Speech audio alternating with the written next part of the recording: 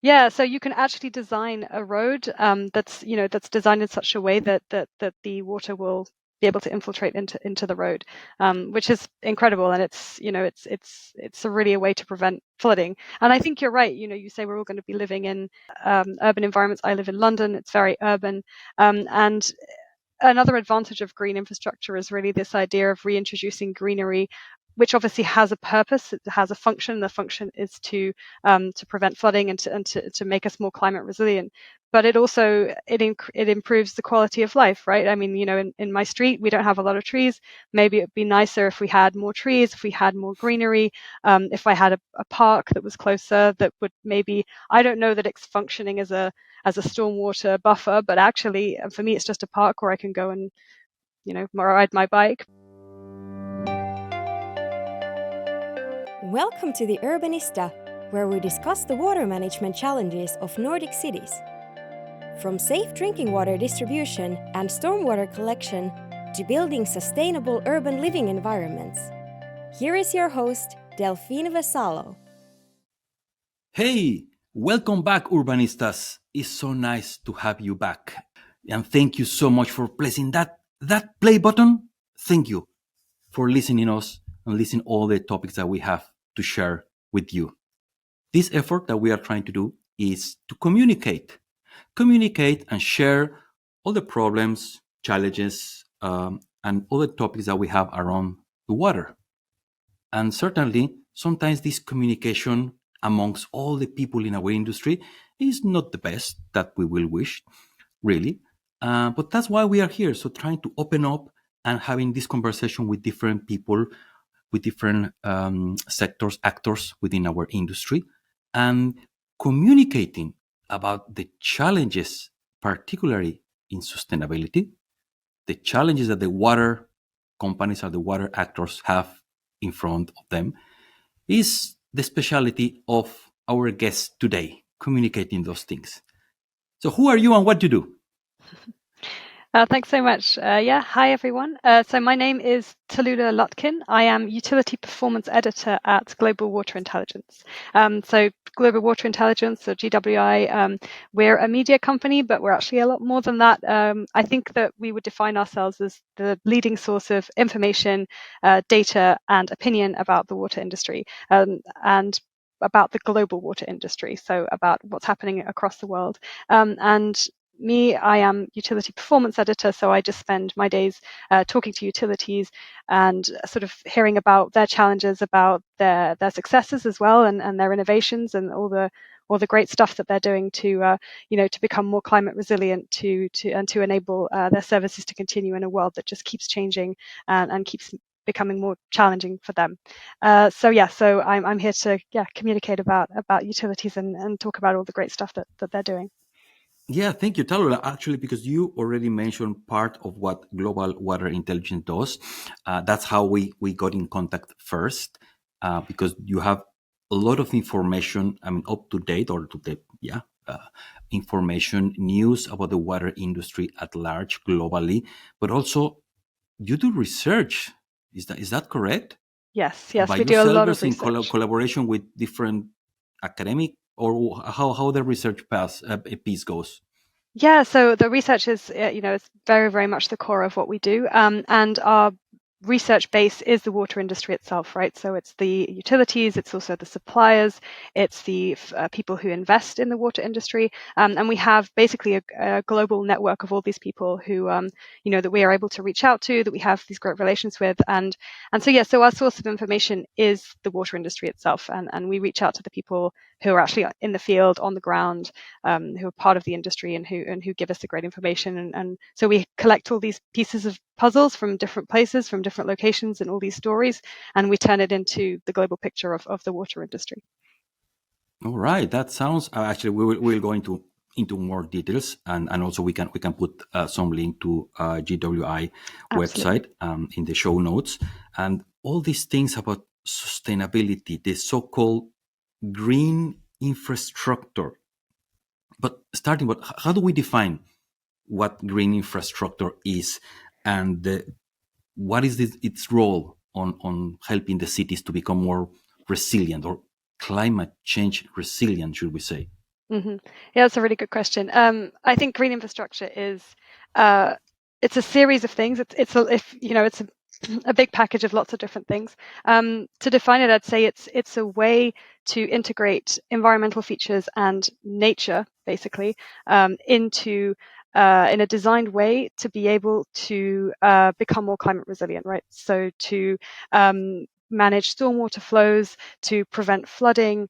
But I know all about water, but maybe green infrastructure has other applications as well outside of water. But very much in the water industry, it's using those environmental features and just what nature already knows how to do, which is actually absorb water, to manage those stormwater flows that maybe concrete is just not good enough to do nowadays. So yeah, green infrastructure can include a set of things. It's a whole matrix, so it can be very simple. It can be just soil. So if you plant a tree, you've got some soil and that's just kind of absorb the water, or it can be very engineered. So things like permeable pavement. So that's very engineered product. Bioswales. So that's also very engineered with different layers of soils and capturing stormwater. It can be very small. It can be a small rain garden on the top of a roof in New York, or it can be massive. It can be redesigning a whole marshland, in Louisiana maybe. And it can also be urban. Again, it can be very sort of engineered into an ultra urban environment, or it can be coastal, it can be far off in rural areas. So it's really a whole matrix of different things that can be done. But every time it's really finding ways to not use concrete and not use big tunnels, not use big engineered things that need to sort of be installed and take up a lot of space, but it's really integrating nature, integrating green. So that's where the green comes from Well, yeah, because into what things are doing. we humans, or actually the way in which nature was designed, of course, the rainwater falls and there's the absorption, call it infiltration, the natural process of the cycle of the water that, of course, goes down the rivers or ends up in some water recipient. And then we humans came into place and built this thing called cities, which of course we cover everything with pavement or tarmac. We put all this concrete over, like interfering really with the natural process. But those cities are, well, they're already there. Not that we can get rid of the cities where we live, right? I was reading some stats that, very soon by 2030, almost 65% of the world population will be living in these massive conglomerates of concrete. We already have them. We need to, what do we need to do? We need to rebuilding. We need to add new green infrastructure. You mentioned something actually I didn't know. This permeable, how is it? Permeable concrete? Permeable pavements, yeah, that's right. So Pavement. yeah, so you can actually design a road that's designed in such a way that the water will be able to infiltrate into the road, which is incredible. And it's a really a way to prevent flooding. And I think you're right. You say we're all going to be living in urban environments. I live in London. It's very urban, and another advantage of green infrastructure is really this idea of reintroducing greenery, which obviously has a purpose. It has a function. The function is to prevent flooding and to make us more climate resilient. But it also it improves the quality of life, right? I mean, in my street we don't have a lot of trees. Maybe it'd be nicer if we had more trees, if we had more greenery, if I had a park that was closer that would maybe, I don't know that it's functioning as a stormwater buffer, but actually for me it's just a park where I can go and ride my bike, but it also functions as something. So that's really that double function as well of green infrastructure to help us be climate resilient, but also improve that urban quality of life that we all kind of want when we live in cities. Yeah, actually, now that you are mentioning that, a couple of weeks or couple of episodes ago, we had an urban designer, Baby Rabio, who actually she's award winning because of the designs that she has brought. This urban mobiliary, which is a bench made of renewable materials, wood, amongst other things. The greenery or the park where goes some small tree, and of course the rain garden under. So it contributes to the aesthetics of the place, the square or wherever they place them, and it has a functional purpose, of course, absorbing the storm water and the nurturing with that same water, that same bush or tree or whatever was there. So it stays there. Of course, if there's some excess water, it goes down and to the normal drain.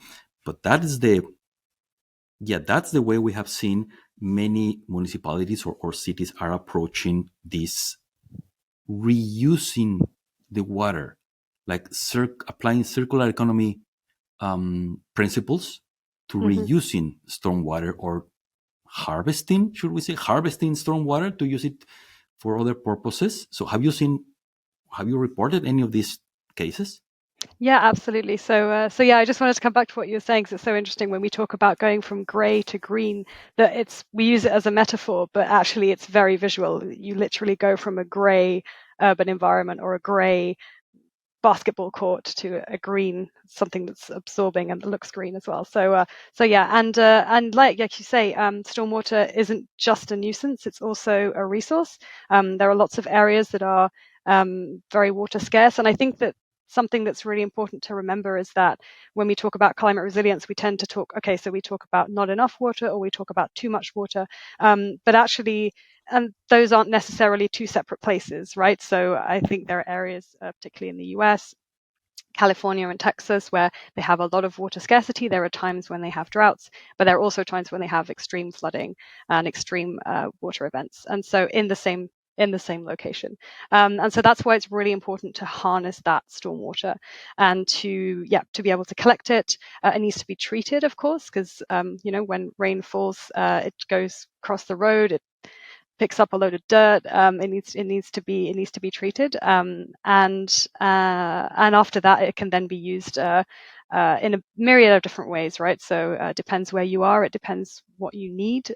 But it can be used for irrigation. It can be used for industries, and it can also be used for indirect reuse, right? So maybe you have an aquifer, and sometimes it goes up and down, and you can harness that stormwater to recharge your aquifer, and that will then help your drinking water resource as well. So and I think that what's really interesting about the water industry is that water is very local, and the solutions that you're going to need are probably going to be quite local. It might be the case that you have a lot of agriculture, and so it makes sense to reuse it for irrigation. It might be the case that you have groundwater, and so it makes sense to reuse it for aquifer recharge.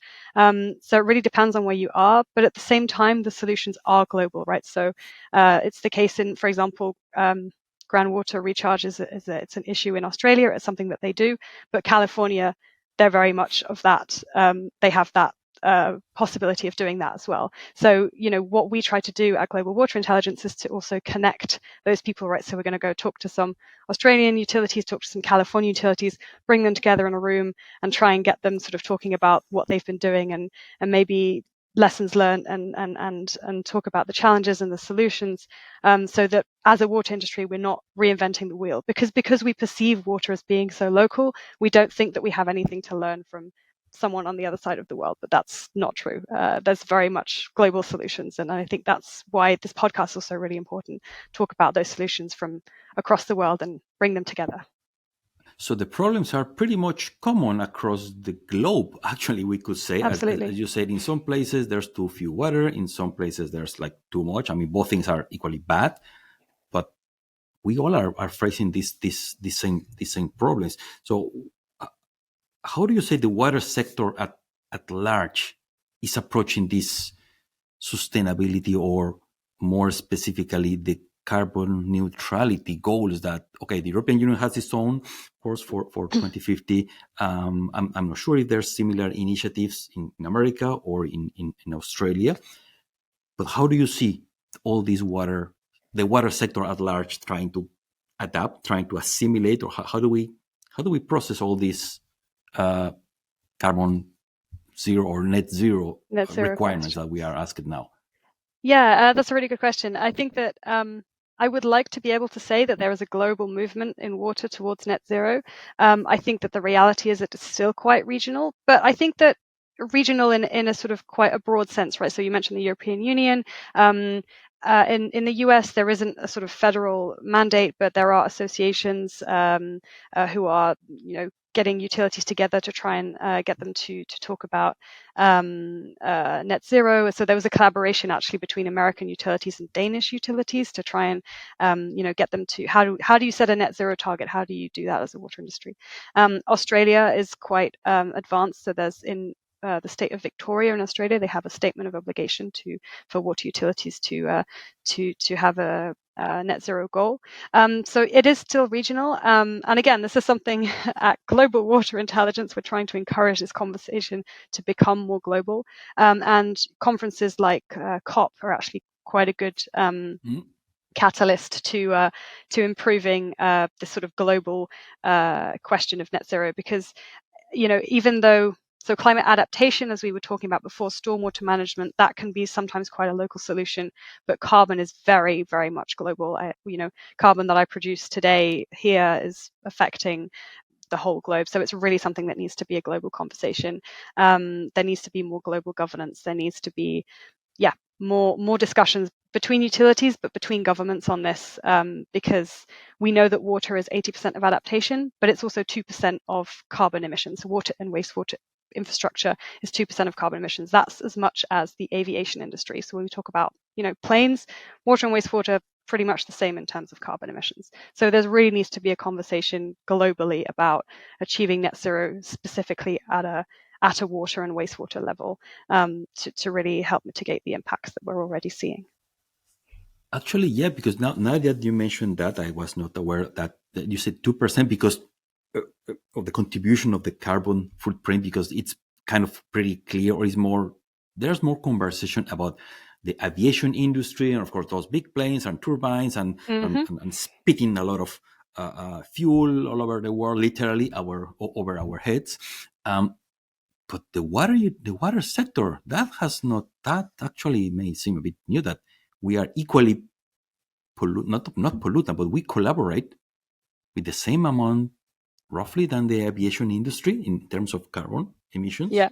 That is absolutely true. And that's actually one of our recent research projects at GWI, was to try and estimate the global emissions of the water industry. And so you can actually go check out our white paper on that, on the global emissions of the water industry. We break it down between water, wastewater, and sanitation as well. So on-site sanitation systems that are used a lot in the developing world, so not connected to a sewer, things like septic tanks, latrines, they produce a lot of methane. Wastewater treatment also produces a lot of methane, which is 25 times more potent as a greenhouse gas than CO2. We all know that water is pumping water around. It's very, very energy intensive. It uses up a lot of energy. That's a big part of it as well. It's like you say, it's something that we all talk about planes, but we don't talk about the water industry. And I think that, to be fair to water and wastewater treatment is a lot more important to us as a society maybe than air travel. I think that obviously we need to keep producing wastewater. We need to keep having safe drinking water. But there's a lot that we can do to mitigate those emissions. There are so many solutions out there, and there's so many utilities who are already taking action, who are already doing all they can to reduce those emissions. So and I think that it needs to be a global conversation, and we need to be aware of it and be aware of the solutions as well to mitigate those emissions. We'll make sure our producer Maria that puts a link on the show notes or in our main blog entry, a link to that research, because that will be really interesting to deep dive into those numbers. Particularly, actually, you made now the point of wastewater. Yes, both the wastewater treatment that goes through the public network. So what is the situation there, and also the wastewater treatment that is outside of the public network, mostly more suburban or rural areas, if you want, because some people we have been talking to, well, that is the problem of the water utility. Hey, yes, but if you have a second house, a summer cottage, I don't know, in the wilderness, somewhere in the middle of nowhere, clearly you don't have connection to the wastewater system, the municipal wastewater system, but then you have to install yourself a wastewater treatment plant there in your property, big, small, or whatever, or septic tank, whatever is with some biological process inside. So the same, you are also collaborating, not two pollute with your own, of course, wastewater, and that is something super important. Okay, in the Nordics is widely regulated, but I don't think that is that regulated in other countries, like the off the network wastewater treatment. Yeah, exactly. I think that you're quite right, and especially, I mean, I'm getting married this summer, and the place I'm getting married is far Oh, off in the congratulations! countryside. Oi, Thank now we you. have okay. Now we have here some news. Okay, fine. Thank you.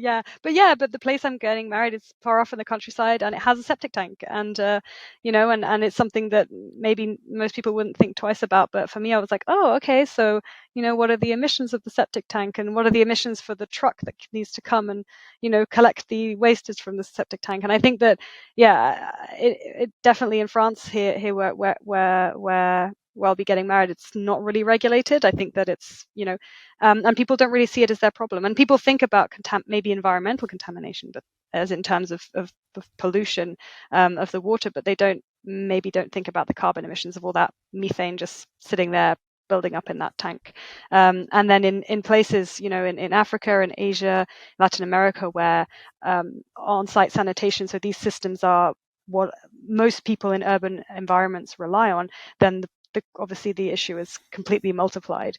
So yeah, that's really something that's overlooked, that we don't have a lot of data on. In our research, we very much say that we think that we underestimated the impact of these off-site, out of connection, off the grid systems, because there's just not enough data to tell what the impact is. So that's another area that we need more research. We need people to go out there and measure the emissions of their septic tanks. Yeah, because it's very difficult to collect that information, because if they are not part of the water network properly of the urban or suburban area, if they are somewhere in the middle of nowhere, well, first let's find them, and then actually that is quite a challenge.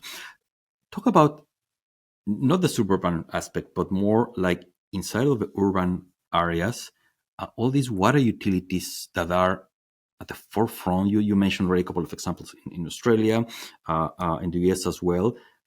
What these water utilities that are at the forefront, what they are doing right, what they are doing differently, that we should be aware, or maybe follow what they are doing.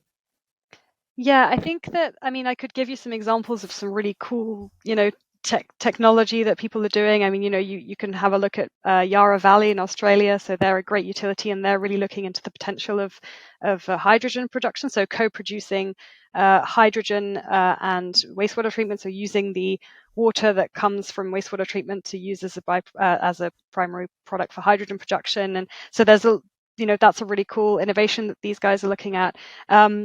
And there are sort of some great utilities in Denmark as well. I'm a great admirer of VCS Denmark, and they're doing a lot thinking about nitrous oxide, which is another overlooked greenhouse gas in the water sector. It's I think 300 times more potent than CO2, so it's a really, really big issue, and they're at the forefront of looking into that.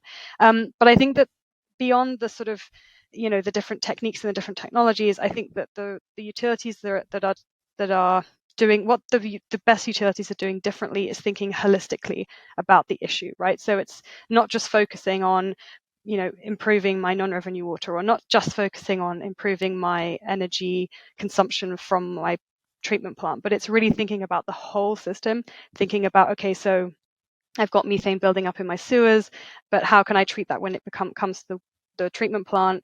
Thinking about, okay, so I've got some water conservation, but that water that I'm losing, that's energy that I'm also losing. So it's really thinking about that holistic process, thinking about the trade-offs. So sometimes there are, let's say, so actually nitrous oxide is a good example, in the sense that if you're trying to reduce your energy consumption from your biological treatment process, that's great. You're reducing your energy consumption, but that probably has the effect of increasing your nitrous oxide. So the energy that you're saving and the CO2 that you're saving from reducing your energy, you might actually be creating more greenhouse gas emissions from your nitrous oxide. So there's these trade-offs, like that kind of thing. But there are also synergies, right? So it also ways where, if you're saving water, you're also saving energy. So I think that the best utilities, what they're doing is really thinking about the whole system, thinking holistically about how they're, treating the wastewater and treating their water. And that's really the best way to go about it. And beyond operations, thinking holistically as well about resources, about, we talked earlier about stormwater management. So, going back to that, thinking about, okay, so I've got this resource and how can I use it and how does that fit within the system that exists?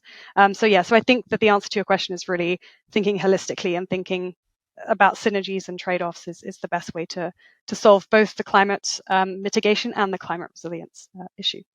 Resources of, talking about resources in terms of, well, money, budget, because there may be many innovations and good things and very forward-looking things, but if there's no money, if there's no budget, and this is what we have seen, the major cities or the mid-sized cities, they are always, let's do something innovative and bring our collaboration and share with others.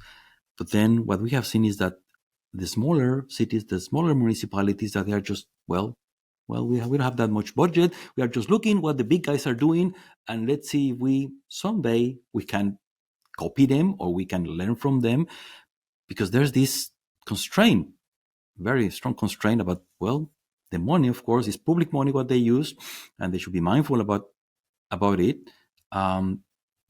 Any thoughts on that? Because we have seen quite big disparity on the big cities with a lot of money and the mid-size or smaller cities that are like just trying to do their best.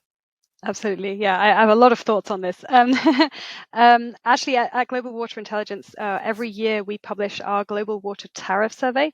So it's something that I work on every year. And it's what we try to do is record the basically how much people pay. So what does a water bill look like in San Francisco? What does it look like in Berlin? What does it look like in, I don't know, Bangalore? So all these different places. And we collect data on water tariffs for over 500 cities across the world. And so we can really get a global picture of how much water costs. And I think that, some of the takeaways that we've had, so we've been doing it for over 10 years now. And so we've got some really good trends coming out of the 10 years. And I think that what we've seen is, first of all, that water tariffs really they're just barely keeping in line with inflation. And that was the insight from last year. And since last year, obviously, as we know, inflation has gone up massively. And so I think that when we'll be looking at this year, it'll really be an issue that water tariffs just aren't even keeping pace with inflation. Are we paying issue. Too little? Are we paying too little for the water? Yes, we're paying much too little for water. I think it's a big issue globally. Obviously, like you say, there are huge disparities, right? So the average water tariff for about 15 cubic meters in San Francisco is about $150. In Athens, it's $20. So, there's a huge disparity in how much people pay for water. And maybe in San Francisco, they're probably getting it about right. But I think that most people listening to this would think that a $150 or $200 water bill a month would be excessive. But actually, that's what water costs. Water is extremely capital intensive. It requires a lot of infrastructure. As we know, it requires treatment plants, it requires pipes, it requires pumps. And people obviously want their water to be great quality. They want to be able to turn the tap. They want to be able to drink out the tap. And so it's vital. It's costly, and we do not pay enough for it. And I think that there's this question of it being a public good, and it's very true, and you don't want to make water unaffordable because obviously everyone needs it. But I think that what we've seen across the utilities that we talk to is that the ones that do a lot of community outreach and that explain these issues and that say, look, we know you want your water to be good quality, and we know it's important, but it's expensive. And explaining that to the community makes them understand the importance of water. So I think that the solution to that is really, to do more outreach, to raise the profile of water to the ratepayers, to the community. That's the most important thing to do. I think I heard someone at the Global Water Summit that we had a couple of weeks ago was comparing water operators to mushrooms because they're always in the dark and nobody sees them. And I think that that's the case of water, right? People don't realize where water comes from, why it's important. And I think that, yes, there's not enough money in water because people just aren't aware of it and aren't aware of how expensive it is, but also how important it is and the processes to get it to where it needs to be. So yeah, I would say that, we need more money. That's very true. And we need to explain why it's important. Conversely, that is also a social aspect, because we are paying too little for the water, but anyway, we want drinking water of quality. We want all the wastewater properly disposed, and so we don't have flooding, so we don't have any infectious disease in our cities. But I don't want to pay. Of course, I want all those things, but I mean, this is part actually one of the was one of the big topics when we were last year in the International Water Association World Congress in Copenhagen. So that was one of the key things. So how much is how much is too much? How little is, because then that may impact significantly the social aspect of the community, of the cities where we are. And it seems that this conversation keeps on going. And actually, now that you mentioned, yes, we are aware, we are recording this in May 2023, but just a couple of weeks ago, you have your summit in Berlin. So which were the key takeaways in your mind? Which was the buzz, or which were the key takeaways that all the global water leaders were discussing there? Yeah, it's a good question. Yeah, so we had our Global Water Summit, that's right, in Berlin a couple of weeks ago. And, as I said, as Global Water Intelligence, what we do is try to get people together to have those conversations. And so the Global Water Summit is really the catalyst for that. It's incredible. We have people who come from all across the world. We have utilities. We have people who work in water for industries as well, right? So, who's the water sustainability director at Coca-Cola, these kinds of things. Obviously, the suppliers, the water technology people. So it's really a great event, and it brings everyone together. And so in terms of key takeaways, I think that it's kind of what we've been talking about. Obviously, climate is the biggest concern for everyone. Climate mitigation, yes, but especially climate adaptation, right? So making cities resilient, making water utilities resilient, and then that finance aspect as well. Like, how do we pay for it? How do we get the money?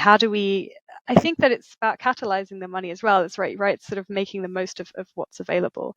And I think that the key takeaway was really this idea of the global water industry. So we had one of our keynote speakers was Johan Rockstrom from the Potsdam Institute, and he's just published some new research which is fascinating about atmospheric river flows. So this idea that, again, we talk about water as being local, but in fact his research shows that water flows across the world. So the way that you manage your water and your forests on one side of the world is going to have an impact on the rainfall patterns a continent away. And so it's really this idea of it being global, and that because it's global, we need global governance and we need global awareness.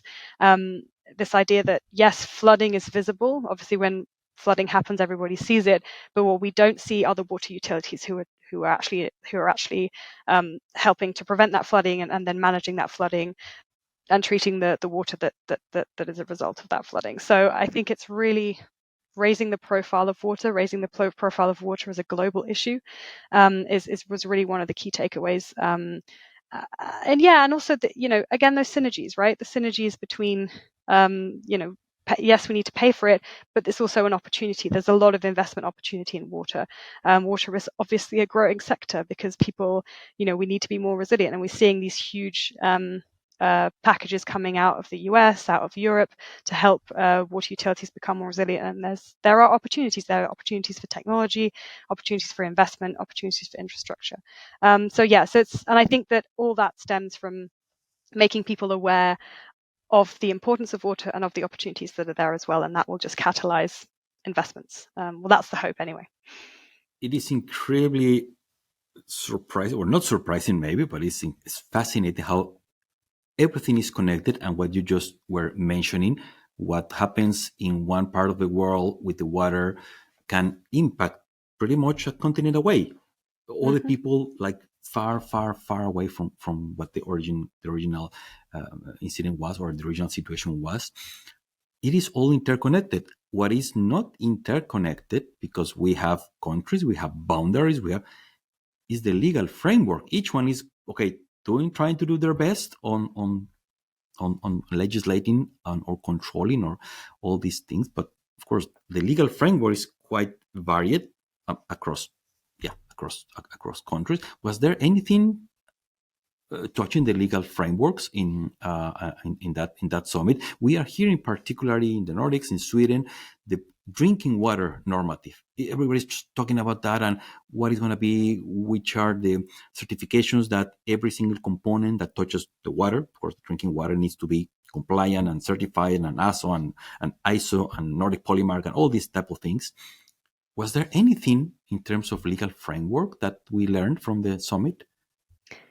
Yeah, so a lot of conversations about regulations. I think that I was speaking to an Italian utility just a couple of days ago, and they were saying, we never get bored in the water industry because there's always a new regulation, there's always a new framework, there's always a new limit that we have to comply to, whether that be for water quality, in terms of drinking water, or whether that be for wastewater effluent. So he said there's always something to comply with. And I think that regulations are a huge driver in the water industry. The European Union or federal decisions in the US are the kind of things that drive investment in the water industry, because you need a new technology to remove a new pollutant, or you need or to comply with drinking water. And I think that those regulations are accelerating significantly. And one of the big conversations is obviously around micropollutants and around PFAS. That's a big conversation that's happening in the US. And one of the things that we're hearing from the European utilities is they are saying this is going to be coming to us very soon. Stay tuned for a water utility near you. This PFAS is going to be something that the European Union is probably going to want to regulate. Whether they'll go the same route as the United States is an open question, because there's a lot of debate about the EPA in the US being way too aggressive with their limits, and people. Again, we're talking about affordability and about small utilities. The United States has over 65,000 water utilities, so that's hugely fragmented. A lot of them are tiny, and they can barely afford to do their operations. And so they're saying, well, how are we going to afford to comply with these limits? And so there's these worries about these new PFAS limits bankrupting utilities in the US. So obviously we don't want that to happen in Europe, and so maybe the European Union will be able to learn the lessons of how the US is dealing with this. But in the European Union, obviously there are other conversations, right? So in the European Union, there's a lot more talk about microplastics, about pharmaceutical components, and again, sort of new regulations coming in to regulate those aspects. So it's a very big conversation. It goes back to the issue of money, because the more regulations you have, the more you have to invest in better and more precise technologies to remove the whatever pollutants you need to remove.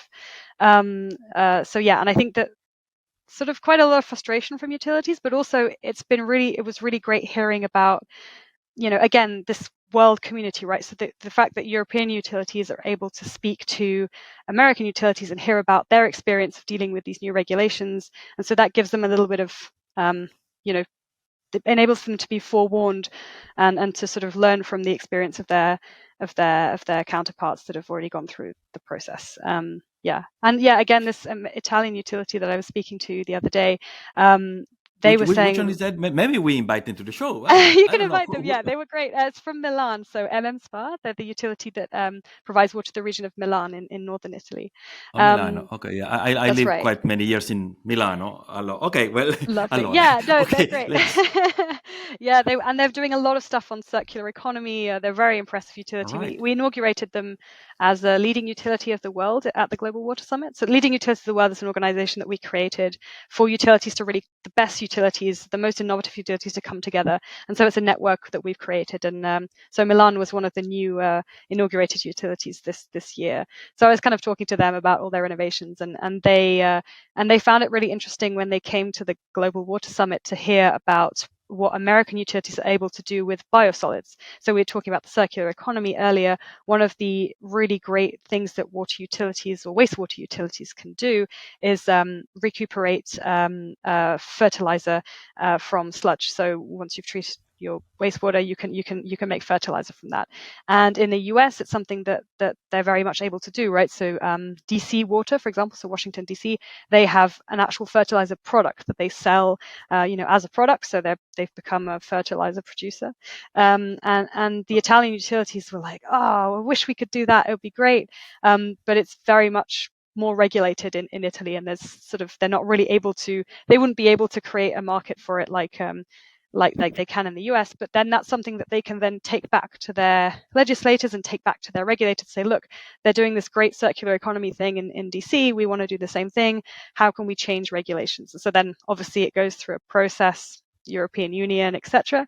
But yeah, it's really interesting to see those conversations happening and realizing that the utilities can maybe be a catalyst of change for regulations rather than being a passive receiver of regulations and having to just react to the regulations, that maybe they can be at the forefront of it as well. So yeah. Because one interesting, if you want, crossroad is this regulation from one side and all the sustainability requirements that now the water utilities or the water sector at large are trying to comply with. And in terms of the procurement or the tendering process, whatever. So we have seen already several initiatives or several utilities that they are taking on their own, because they are conscious, they are trying to do it on their own, to raise the weight in the normal public tendering. There's different criteria, product availability, price, of course. But one item that we have seen growing is the sustainability aspect. Prove me that you have, or show me that your company, you're in our case, industrial manufacturer, how sustainable you are in producing the materials that I will use for my project. The product itself, the carbon footprint of the product itself that they are putting, which type of materials are they using? Plastic, concrete, steel. Of course, there are different types of footprint that each one of those materials have. Have you seen anything? What are the water utilities doing or thinking in this purchasing criteria, this tendering criteria, applying their sustainability? Yeah, it's a really good question. It's something I've been really interested in, right? Because for me, like we were saying about these net zero targets earlier, for me, if you can't integrate the carbon footprint into your procurement process, then you're never going to achieve net zero, because everything that's the procurement process is the basis for everything that you build and everything that utilities have, right?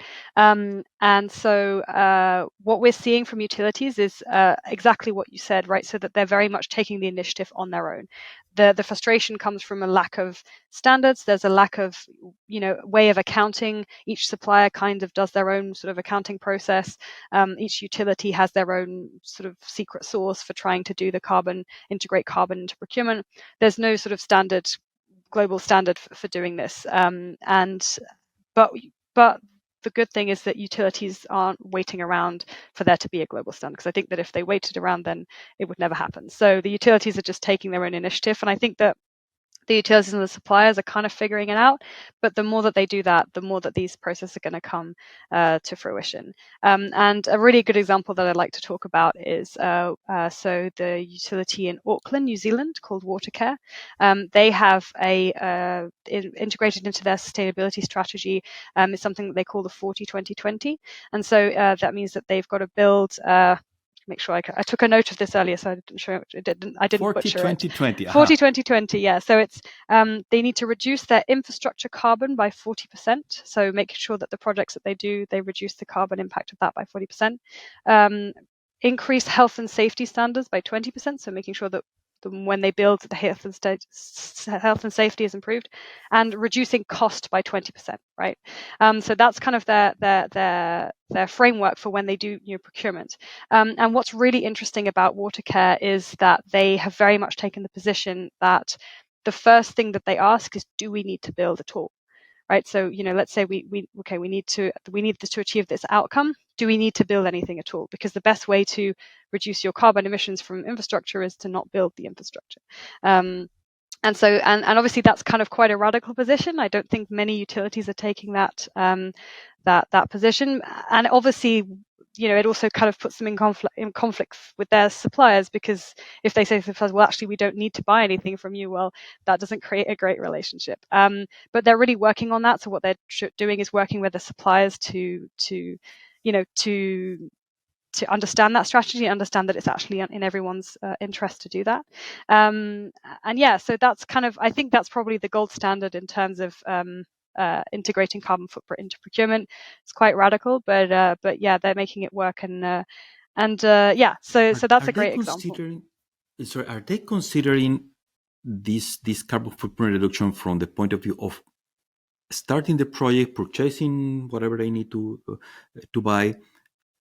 So is that the only how to say it, in time, when the time of the purchase and starting the project and building whatever we need to build, either building new or renovating, is that what the limit that they are putting, or the total life cycle of that given infrastructure? So what is in the next 50, 100 years? I don't know. Okay, this is we are not going to be here for sure, but what is the total carbon footprint of that project in the span of 50, 100 years? Are they also considering that?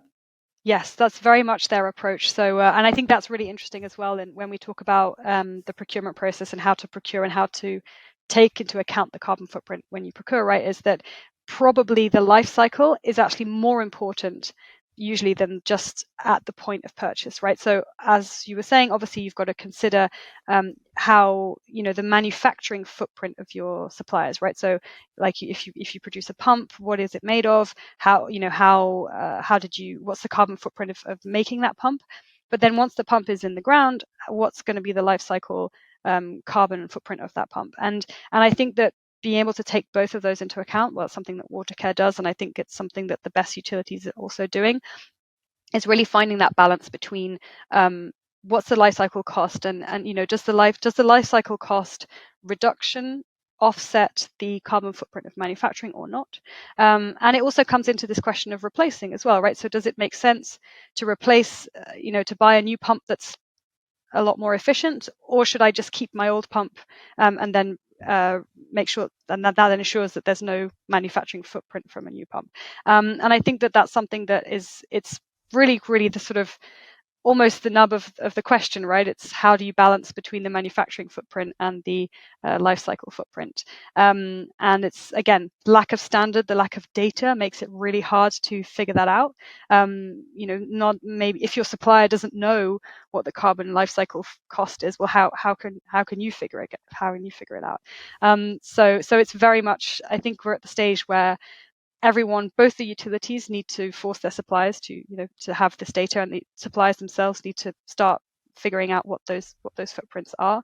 So it's a collaborative process, but it's one it's really the next big thing in net zero. A couple of years ago we were talking about, okay, how do I make a net zero roadmap? How do I even map out those emissions?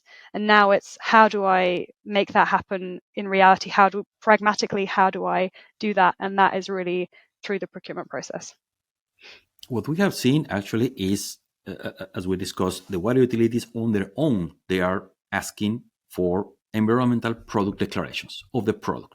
Mm-hmm. Right? Perfect. So we provide them by the product that we are delivering, whether the product is actually made of renewable materials, which is something that we also produce. Okay, here you got the product, the EPD that goes along that. But certainly there are third-party verified documents. But as you said, sometimes there are different types of criteria. Wasn't that the EU taxonomy wasn't supposed to solve that? Yeah, I guess it was. Or we are not there. It's always more complicated. I think it's the thing. I think that it feels very much like we're in uncharted territory with all these things. That there's always always another criteria, always another metric that you need to complement that data.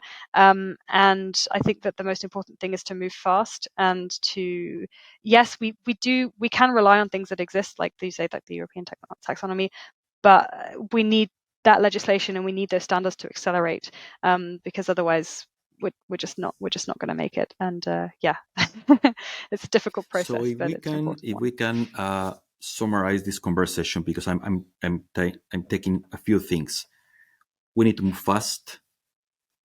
You mentioned the holistic approach that Absolutely. the utilities need to take. The legal framework, well, sooner or later they need to catch up, because if the actors in the industry are moving fast or faster than what the legislation is moving, and well, particularly in Europe, well, yeah, it takes time. It just takes time to issue a new regulation. So speed, holistic view, keep an eye on the legislation. What else can we get? What will be your to round up this topic, this conversation? Yeah, I think something that was sort of always in the discussion is this question of awareness, right? It's that when I tell people about my job, they look at me blank. They don't understand what's a water utility. And I think that would be my really important takeaway from all of this, is that we're not going to achieve any of this if there isn't the political awareness, the awareness in the public's mind of these issues, of what water infrastructure is, of how important it is, how cool it is. I mean, when you think about all this great stuff people are doing, right? They're using your waste, the stuff that you flush down the toilet. They're making renewable energy out of it. I mean, how cool is Fertilizers, as that? you say, from Italy, okay, from the US, yes. Yeah, it's great, and there's always all these great innovations, and I think that yeah, this question of raising the public profile, raising the political profile of water is absolutely, it's the key to unlocking everything. It's the key to unlocking investments, and it's the key to unlocking legislation. And I think that it is starting to happen. I mean, there's a lot of outcry in the UK. Where I live, about sewage discharge, and people are kind of understanding what it is, and suddenly, okay, who's in charge here, what's going on. And actually, when we had our drought in the UK last year as well, there was a lot of talk about leakages and about non-revenue water, something that non-revenue water, which I talk about on a daily basis. And then suddenly people would say, did you know that the UK loses 20% of its water through leakages? And I was like, yes, so we have data on this is my job. And so, yeah, and I think that these kind of conversations are absolutely vital, and it's really that awareness aspect is what's going to save water, in my opinion. We will save water eventually. I hope so. We will save the water. Or water will save us. I don't know. Maybe both. Well, maybe both. Tallulah, thank you so much for this super interesting conversation. No, thank you. For being with us. And I will kind of like twist your arm to commit you if within 3 or 4 months, I don't know, maybe towards the end of the year, we catch up again to see where we are. What are you seeing? What are the new researches that you are working on? And yeah, because as you said, things is moving fast. We need to things do move fast, yeah. And provoke this conversation between the actors of our industry. Thank you very much, Tallulah, for all your time. Great. It's my pleasure. And thank you so much for inviting me to be on the podcast. It was really, really great. Thank you so much. Thank you very much, Urbanistas. There you go. The water will save us. Should we save the water?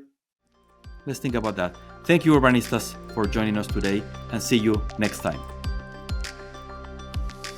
Thank you for listening to the Urbanista podcast, a production of Uponor Infra, the leader in sustainable infrastructure solutions. If you found it interesting, why don't you share it with your colleagues? We all together can move our industry forward.